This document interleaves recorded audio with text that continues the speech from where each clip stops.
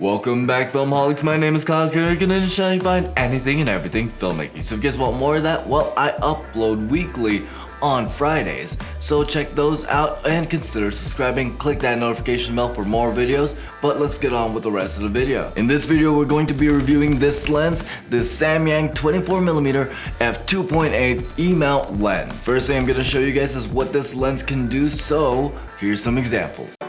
The Café du Chateau, where all you need is coffee,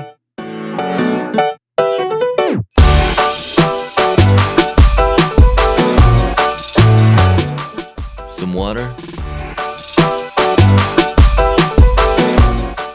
a stir,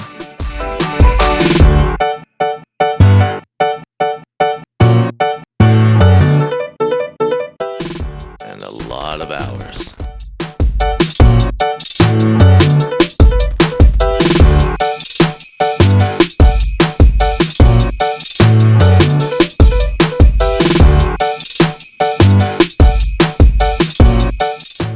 And now we're back from the examples, and now we can get into the nitty-gritty part of the review. So what are the specs of this lens? So the first thing I'm gonna mention is not really necessarily a spec, but it's more about the company Samyang.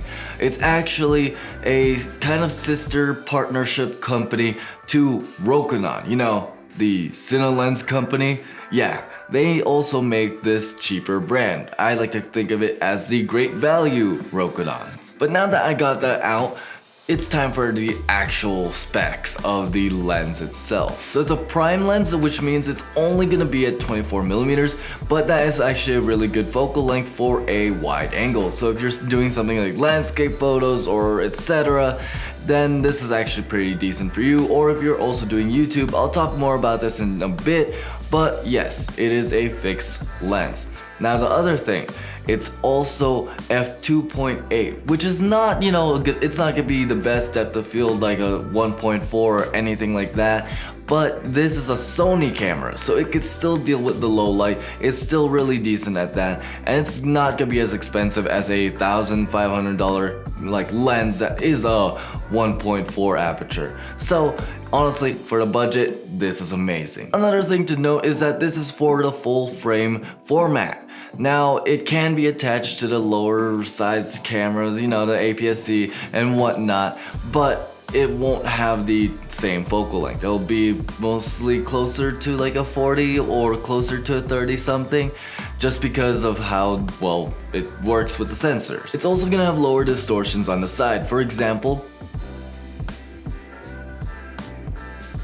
the next thing I want to mention is that it has UMC coating on the glass within, which means there's going to be less internal flaring and also sharper images. For example, here you go. See, the only flares you'll really see right now on from my phone is actually going to be the filter I'm using on the camera itself.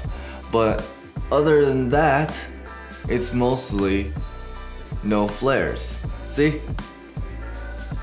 So the last few things I want to mention is that this lens is actually really small and lightweight. This is a really cool compact lens. It's honestly almost smaller than the camera itself, and I love that, especially how many elements they got to fit in there, which is like 7 of them, and the fact that it has AF, internal focusing basically, and also it works really well with the eye autofocus. I've been using it for a while now, and it's been tracking my face non-stop, hasn't had any weird jitters. Yes, it's complicated sometimes, but the main disadvantage of this really small lens is that there's no stabilization inside the lens. There's only the stabilization you can rely on in the camera itself, if your camera does have that. Now that we got the specs out of the way, let's go ahead and talk about what this comes with. First thing that comes out of the box, of course, is the lens cap, and the lens hood.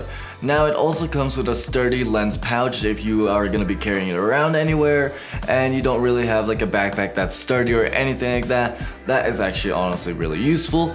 It also comes with some toilet paper. Also, I don't know why they said warranty and then manual on it, but honestly, I don't have those anymore. I lost them usually. I lose those things like immediately right when I open the packaging, so there's that. And the last thing I really want to talk about this lens is who is this for?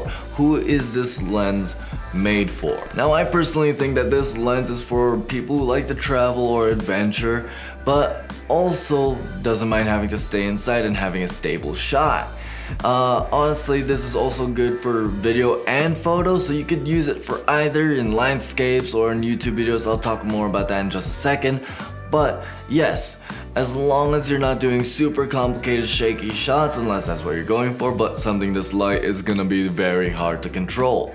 But again, if your camera has in-body stabilization already in it, then it should be okay. It won't be the most stable shot in the world, but it'll be okay. And I was mentioning this before just a second ago, but I also think this is a great starter YouTuber lens, because 24mm is a great wide angle lens. You'll get your background that you'll want, but it also slimmens the face. It also does a lot of this filmic look, because 24mm is actually very common in the filming world. So if you really want that look, this is also really good for that. And if you guys want to check out this lens and the gear I used to make this video, go ahead and check the links down in the description below. They're gonna be at no extra cost to you guys, but will help out the channel. So help us out over there.